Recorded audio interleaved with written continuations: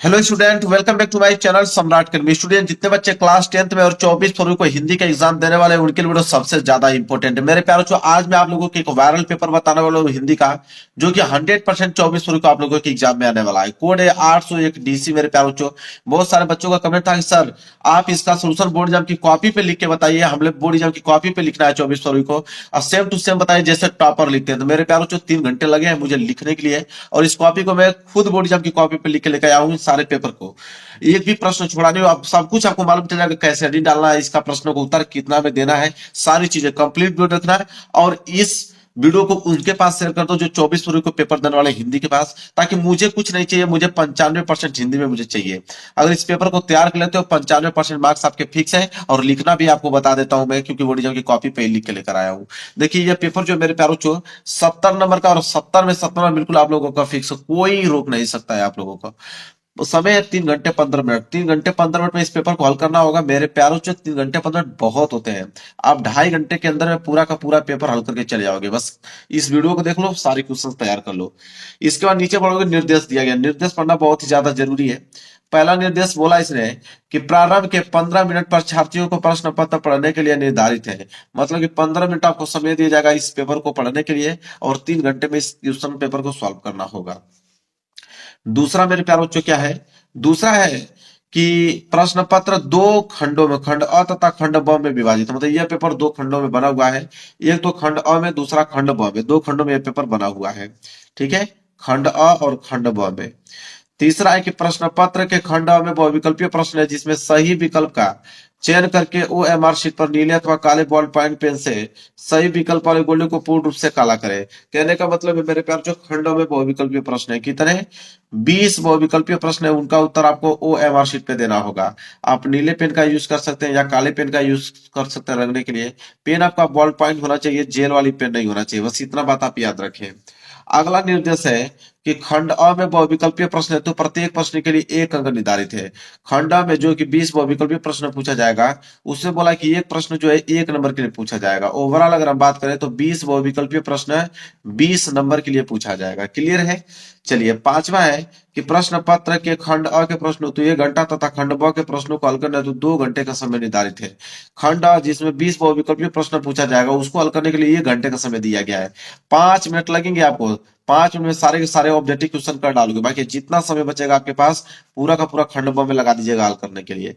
Last है कि प्रत्येक प्रश्न के सम्मुख उनके निर्धारित अंक दिए गए हैं। पता हर एक प्रश्न के आगे लिखा हुआ मिलेगा कि प्रश्न 1 नंबर का है, कि 2 नंबर का है, कि 4 नंबर का है, कि 6 नंबर का है। जितना भी नंबर का होगा हर एक प्रश्न के आगे लिखा हुआ मिलेगा। तो मेरे प्यारे बच्चों, यहाँ से पेपर स्टार्ट में पेपर आप लोगों को दिखाता हूँ, पूरा का पूरा सोल्यूशन करेंगे। OMR शीट भी लेकर आया हूँ मेरे प्यारे बच्चों, आप बिल्कुल घबराए नहीं। OMR शीट भी देखिए। सबसे पहले आया है खंड अ, और खंड अ में बहुविकल्पीय प्रश्न रहेंगे। इनका उत्तर आपको OMR शीट में देना होगा। जैसे मान लीजिए कि पहला है कि शुक्ल युग का नामकरण किस विद्वान के नाम पर किया गया है। Very very most important question है। सिंपल आप जवाब दोगे कि शुक्ल युग मतलब आचार्य रामचंद्र शुक्ल। आचार्य रामचंद्र शुक्ल के नाम पर, ठीक है, शुक्ल युग का नामकरण किया गया है। तो मतलब कि पहले का 20 सही है। तो मेरे ख्याल से OMR शीट देखिए, यही OMR शीट है। आपको पहले का बी है तो पहले का बी आपको क्या करना पड़ेगा मेरे प्यार से, यहाँ पे रंगना पड़ेगा। आपको कहोगे सर इसमें कुछ भरने के लिए भी आता है क्या? कुछ नहीं मेरे प्यार से, देखिए बताता हूँ। ये सारे जो चीजें सब भरा हुआ मिलेगा आपको, सब कुछ भरा हुआ रहेगा। यहाँ पे फोटो भी आपकी लगी रहेगी मेरे प्यार बच्चों, घबराने वाली बात नहीं है। यहाँ पे भरना सिर्फ एक ही चीज होता है, मार्क सीरीज। मार्क सीरीज का पहला अक्षर, मार्क सीरीज का दूसरा अक्षर। ये क्या होता है? जो पेपर कोड होता है उसी को मार्क सीरीज बोलते हैं। मैं दिखाता हूँ पीछे। ये जो पेपर देख रहे हो ना, क्या है? डीसी। डीसी मार्क सीरीज है। डी पहला अक्षर है, सी दूसरा अक्षर है। तो डीसी ही मार्क सीरीज है। तो पहला अक्षर में डी भरेंगे, दूसरा अक्षर में सी भरेंगे। तो पहला अक्षर में हम डी भरेंगे और दूसरा अक्षर में सी भरेंगे। फिर भरने के बाद ढूंढ के लिख देंगे, रंगेंगे। जैसे डी है, डी को ढूंढिए, कहाँ है? डी हम लोग ढूंढ रहे हैं यहाँ पे। डी मिल गया। डी मिलने के बाद इसको रख देंगे। इसी प्रकार सी है, सी को ढूंढिए। देखिए सी यहाँ पे है, सी को आप ढूंढ के यहाँ पे इसको रख देंगे। ये काम आपको बस करना है। इसके बाद कुछ चीजें और है, आपका सिग्नेचर करना पड़ेगा। थोड़ा सा मैं दिखा देता हूँ। देखिए, परीक्षार्थी का हस्ताक्षर, यहाँ पे अपना बस सिग्नेचर आपको करना पड़ेगा। बाकी ये आपका कक्ष निरीक्षक सिग्नेचर करेंगे। यहाँ पे केंद्र व्यवस्थाओं की मोहर लगी हुई मिलेगी आपको। ठीक है, ये सारी चीजें तो चित्रकला में भरा जाता है कि आप आलेखन कर रहे हैं कि प्राविधिक कला कर रहे हैं। बस इतना ही आपको काम करना है मेरे प्यारे बच्चों। इतना काम करना है, आपका काम बन जाएगा। ठीक है, क्लियर है? चलिए मेरे प्यारे बच्चों, आगे बढ़ते हैं। अगला देखिए, पहले का बी था, पहले का बी हमने रख दिया। दूसरा प्रश्न क्या है देखिए, दूसरा प्रश्न मैं दिखाता हूं कि सेवा सदन उपन्यास के लेखक हैं। तो सेवा सदन उपन्यास के लेखक कौन है? ये भी प्रश्न 1 नंबर के लिए है, प्रेमचंद्र जी हैं। मतलब दूसरे का सी वाला जो है बिल्कुल राइट आंसर है। तो आपको देखो दूसरे का सी, ये दूसरे हुआ, दूसरे का सी आ गया, दूसरे का सी आपको क्या कर देना है, इसी तरह रंग देना है। आगे बढ़ जाएंगे। अगला प्रश्न है प्रश्न नंबर तीसरा कि शुक्ल युग के नाटककार निम्नलिखित में से कौन नहीं है। मतलब शुक्ल युग के नाटककार इन चारों ऑप्शन में से कौन नहीं, ये बताना है। तो भाई साफ साफ दिख रहे हैं भारतेंदु हरिश्चंद्र जी। भारतेंदु हरिश्चंद्र जी शुक्ल युग के नाटककार नहीं है। तीसरे का डी सही है, तो तीसरे का डी आपको रंगना पड़ेगा। अब मेरे प्यार बच्चों आप रंग लीजिएगा, मैं अब डायरेक्ट आंसर बताता हूं। अब रंगना तो बता दिया, क्योंकि पूरा रंग के दिखाऊंगा तो समय नष्ट होगा। अब सब कुछ प्रोसेस बता दिया, बस आपको रंगना होगा। तो मैं इसको साइड करता हूं, ठीक है। और यहां से डायरेक्ट इसका आंसर बताता हूं, आप लोग रंग लीजिएगा। देखिए क्वेश्चन नंबर 4 क्या है कि प्रसिद्ध आत्मकथा क्या भूलूं क्या याद करूं के लेखक है। ये भी प्रश्न 1 नंबर के हैं।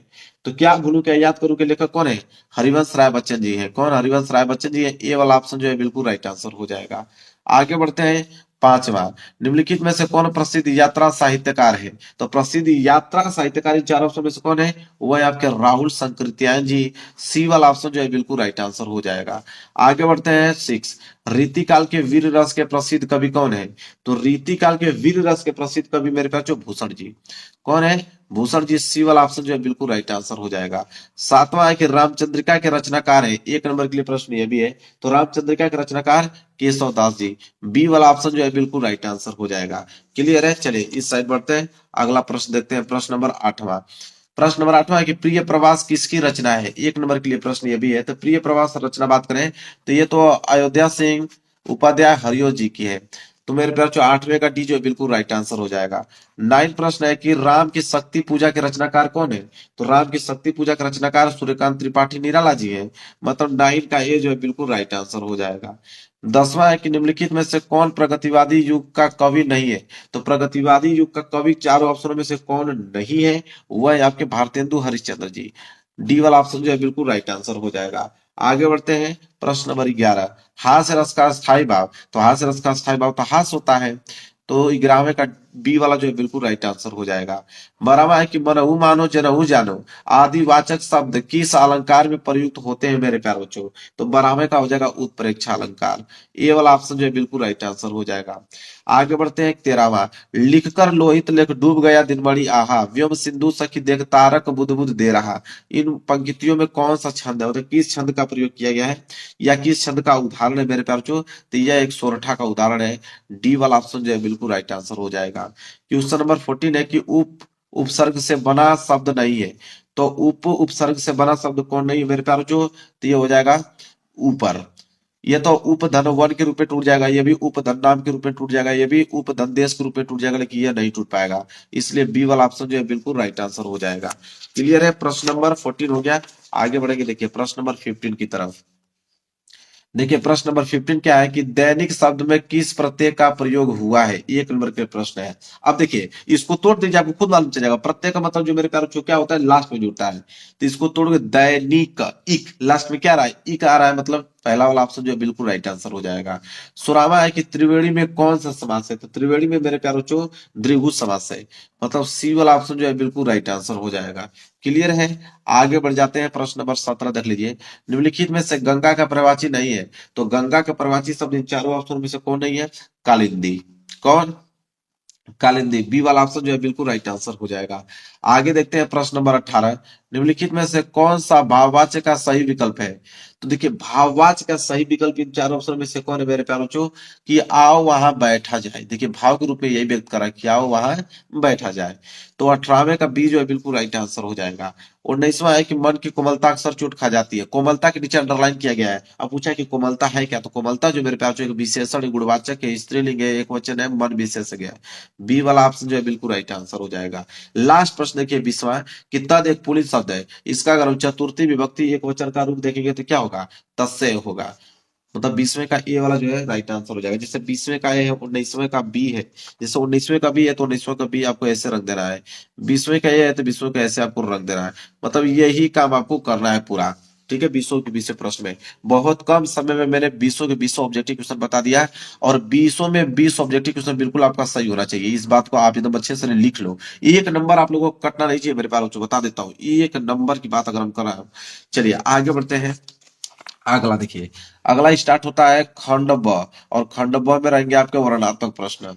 ठीक है, प्रश्न नंबर 21 से स्टार्ट होगा। प्रश्न नंबर 21 है कि निम्नलिखित में से किसी एक गद्यांश पर आधारित प्रश्न के उत्तर दीजिए। अब ये गद्यांश है, कितने नंबर के लिए? 6 नंबर के लिए गद्यांश है। इसमें भी आपके क वाला दिया गया है, क वाला नहीं कर पाओगे तो अथवा करके आपको ख वाला दिया गया है। कैसे करना देखिए, सबसे पहले मेरे प्यार जो खंड ब डालोगे, वर्णनात्मक प्रश्न डालोगे, प्रश्न उत्तर संख्या 21 डालोगे। अब 21 का ख किया हो तो 21 का क करो या ख यहाँ लिखो, ख। ख की बात आप संकेत लिखो। संकेत कैसे लिखा जाता है देखिए, बोला कि दूसरी बात जो डॉट डॉट प्रभाविता और प्रेरित है।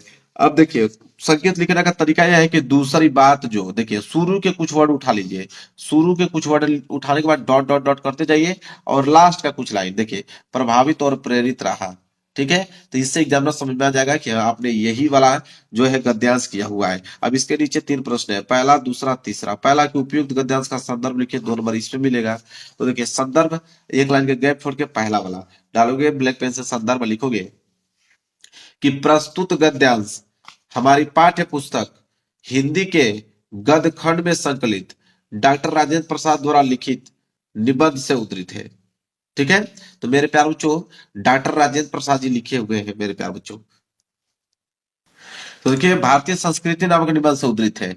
कहने का मतलब है मेरे प्यारे बच्चों कि देखिए हिंदी को ब्लैक पेन से लिखना है, गद्य खंड को ब्लैक पेन से लिखना है, डॉक्टर राजेंद्र प्रसाद को ब्लैक पेन से लिखना है, भारतीय संस्कृति चैप्टर को ब्लैक पेन से लिखना है। मतलब इससे मालूम चल जाएगा, एग्जामिनर का ध्यान मेन पॉइंट पे जाएगा। तो समझ में आ गया ना कि डॉक्टर राजेंद्र प्रसाद जी लिखे हैं, भारतीय संस्कृति चैप्टर से लिया गया है। क्लियर है मेरे प्यारे बच्चों?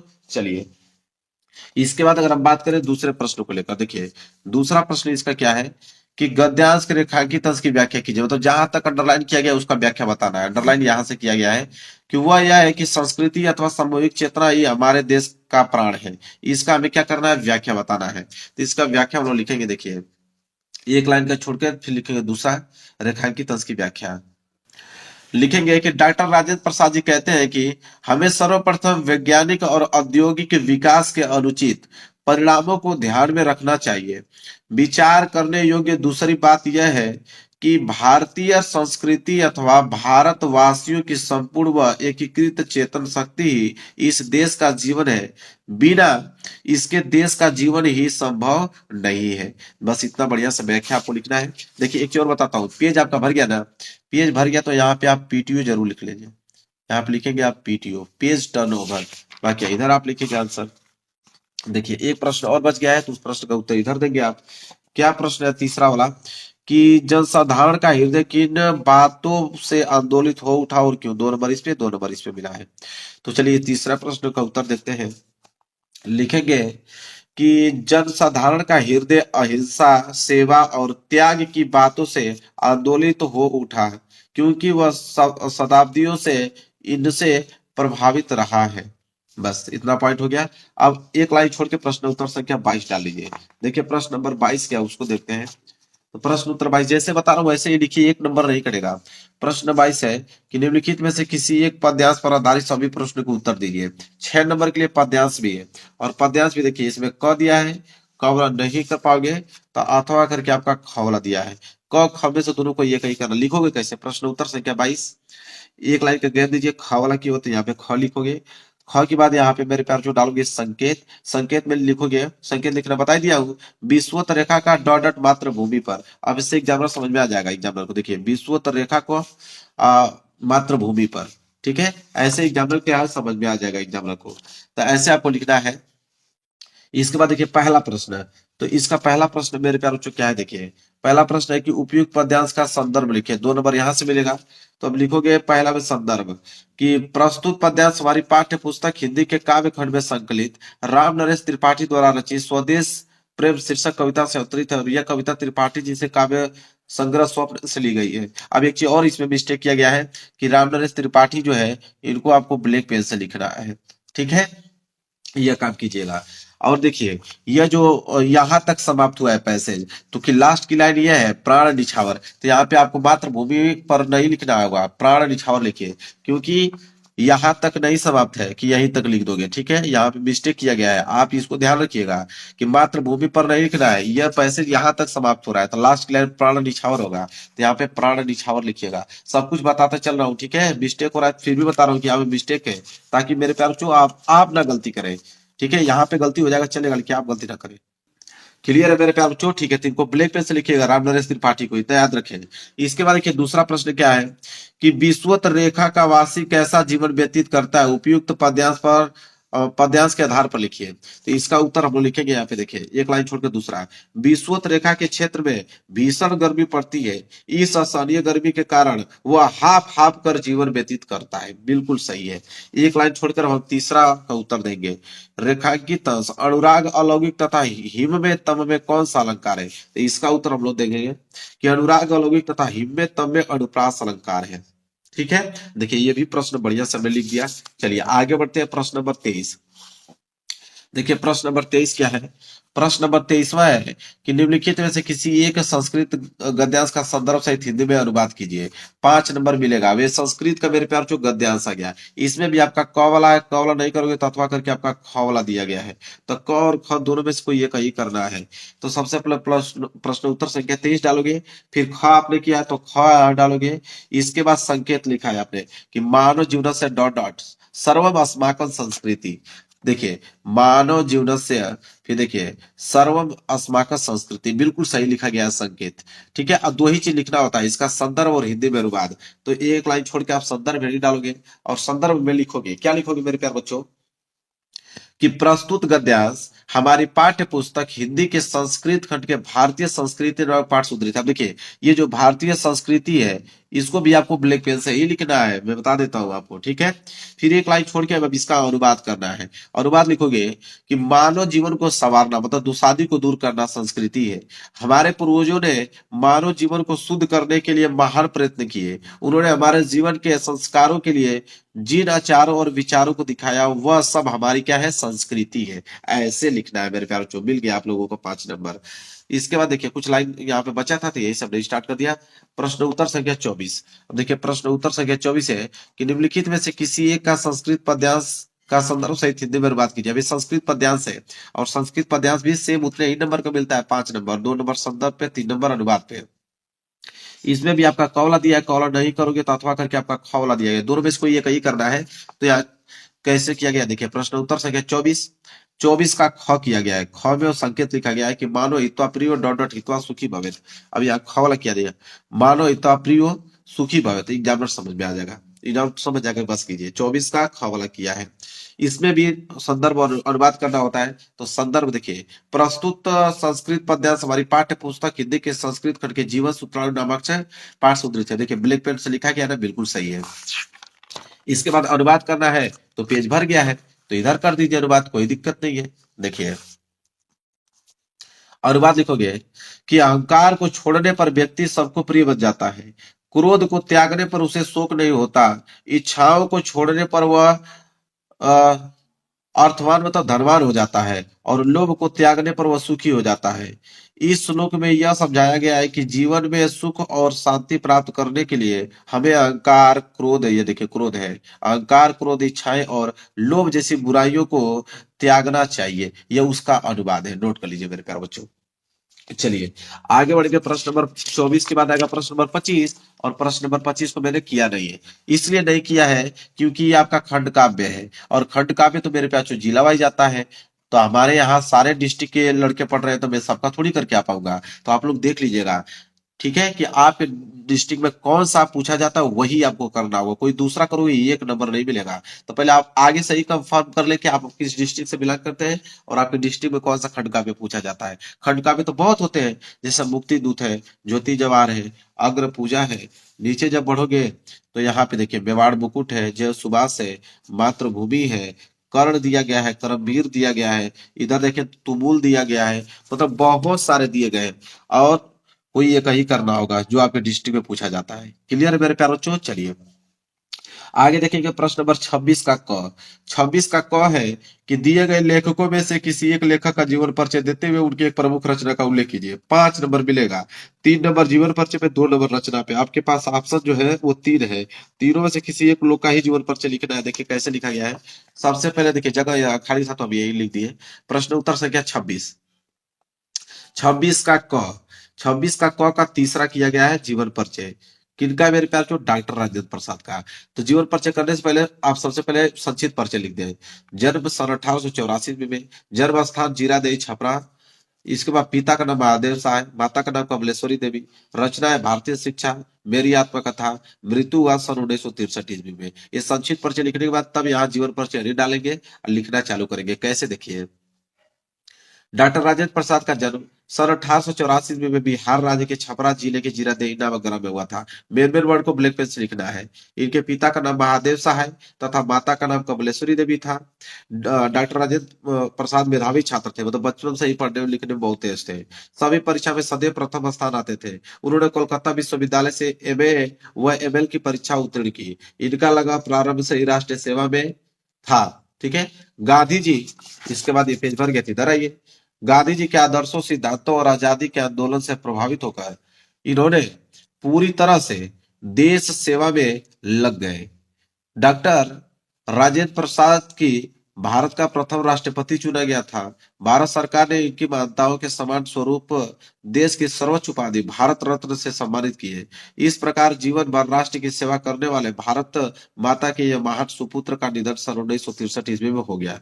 डॉक्टर राजेंद्र प्रसाद की प्रमुख रचनाएं हैं भारतीय शिक्षा, गांधी जी की देन, शिक्षा और संस्कृति, मेरी आत्मकथा इत्यादि। पूरा का पूरा नंबर मिलेगा, 1 नंबर कोई काट नहीं सकता है जीवन परिचय में। ठीक है। चलिए, अब आएंगे हम लोग 26 का क हो गए, 26 का ख देखेंगे।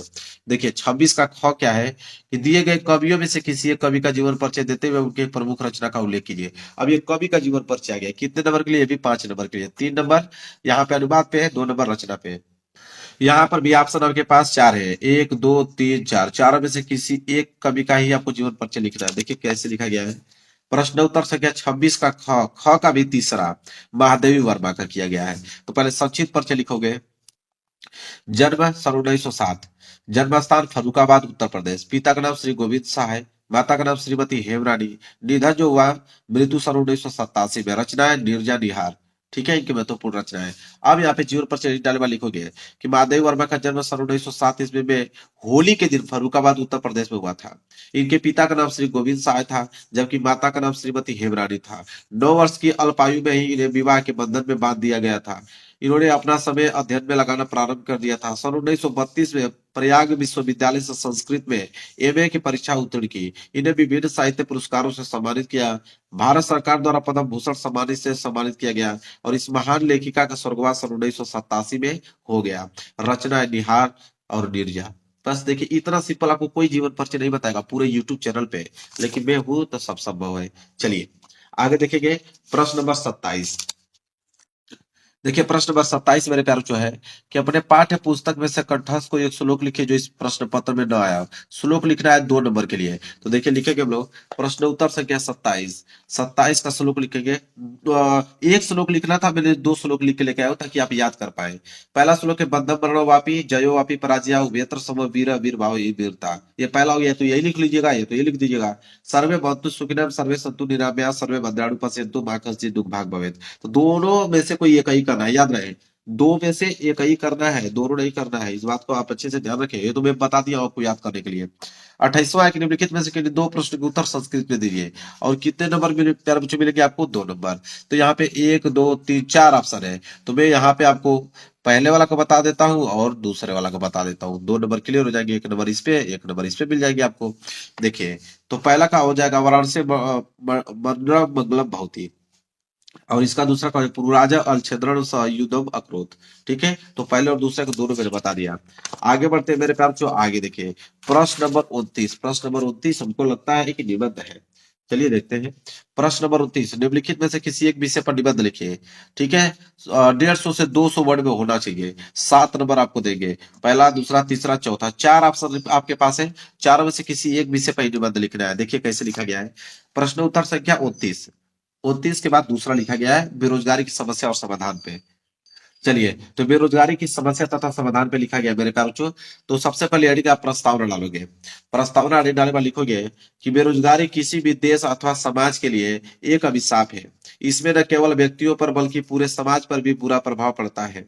इसमें एक ओर निर्धनता, भुखमरी और मानसिक अशांति फैलती है, तो दूसरी ओर युवाओं में आक्रोश, ये क्या लिखा गया है, आक्रोश, आक्रोश और अनुशासनहीनता को भी प्रोत्साहन मिलता है। इतना पॉइंट आपको प्रस्तावना में लिख देना है। इसके बाद एक लाइन का गैप छोड़ के आप लिखोगे बेरोजगारी का अर्थ, लिखोगे जब कोई व्यक्ति योग्य व शिक्षित होता है लेकिन उसकी योग्यता के अनुसार उसे कोई काम नहीं मिलता, तो इस स्थिति को बेरोजगारी कहते हैं तथा उस व्यक्ति को हम लोग बेरोजगार कहते हैं। अगली हेडिंग आइए, अगली हेडिंग हम लोग लिखेंगे यहाँ पे बेरोजगारी के प्रमुख कारण, जिसमें से पहला कारण लिखेंगे जनसंख्या वृद्धि।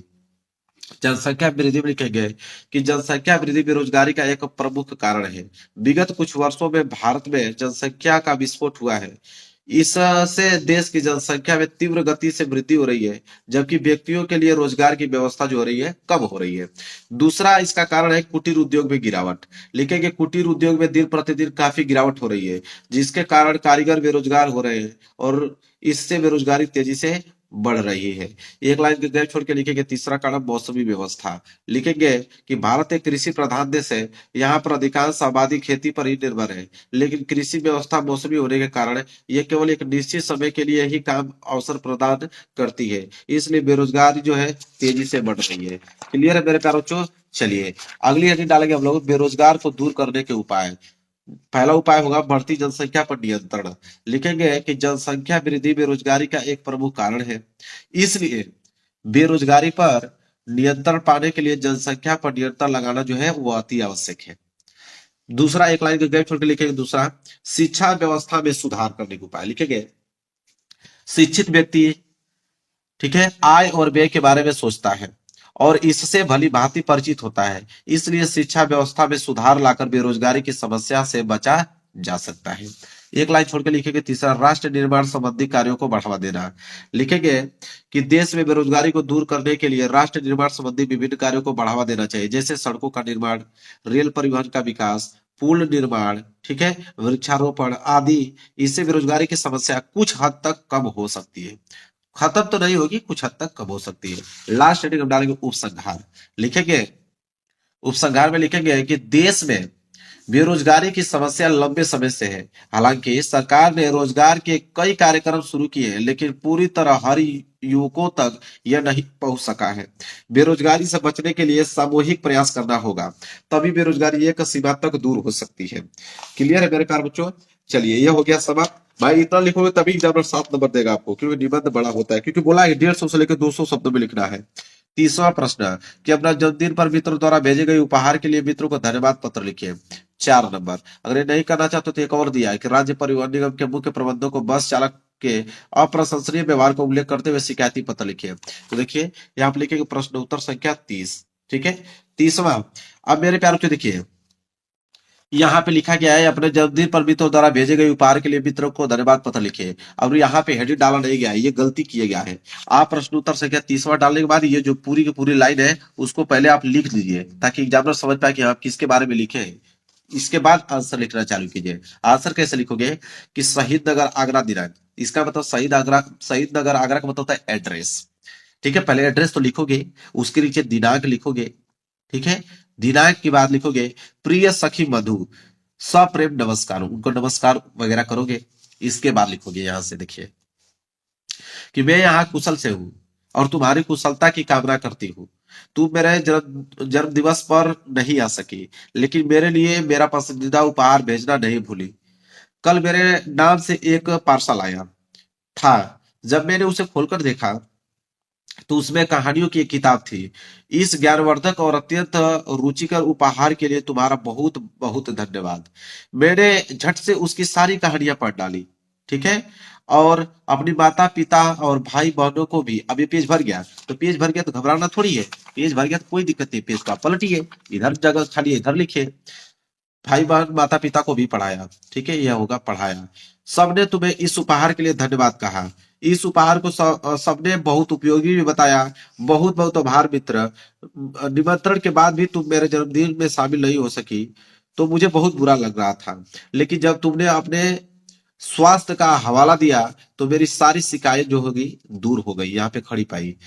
दोस्ती के नाते मेरे लिए सर्वप्रथम तुम्हारा स्वास्थ्य है, बाद में कुछ और, लेकिन अस्वस्थ रहकर भी तुमने मेरे लिए उपहार खरीदा, इसके लिए तुम्हारा बहुत बहुत शुक्रिया। अपने माता पिता को मेरा चरण स्पर्श कहना, ठीक है, यहाँ फुल स्टॉप लगाना है। तुम्हारी अभिन्न सहेली अरुषि। अब यहाँ पे नाम नहीं लिखना है आप लोगों को, ये नहीं कि नाम लिखना चालू कर दें, नाम नहीं लिखना है, आप यहाँ पे क ख ग ये लिखोगे मेरे प्यार बच्चों। चलिए मेरे प्यार, देखिए हमें पूरा का पूरा इस पेपर का सलूशन करा दिया। अब आपका दिमाग समझ में आ गया होगा कि हाँ बोर्ड एग्जाम में कॉपी कैसे हमको लिखना है, ठीक है, और इसको पूरा का पूरा तैयार हो गया होगा। जाइए लिख के आइए सेम टू सेम, ऐसे 70 में 70 नंबर मेरे प्यार, 95% फिक्स हो गया आप लोगों को। वीडियो को लाइक कर देना, चैनल पर तो चैनल को जरूर सब्सक्राइब कर लेना। मिलेंगे एक प्यार से नेक्स्ट वीडियो में, तब तक के लिए धन्यवाद।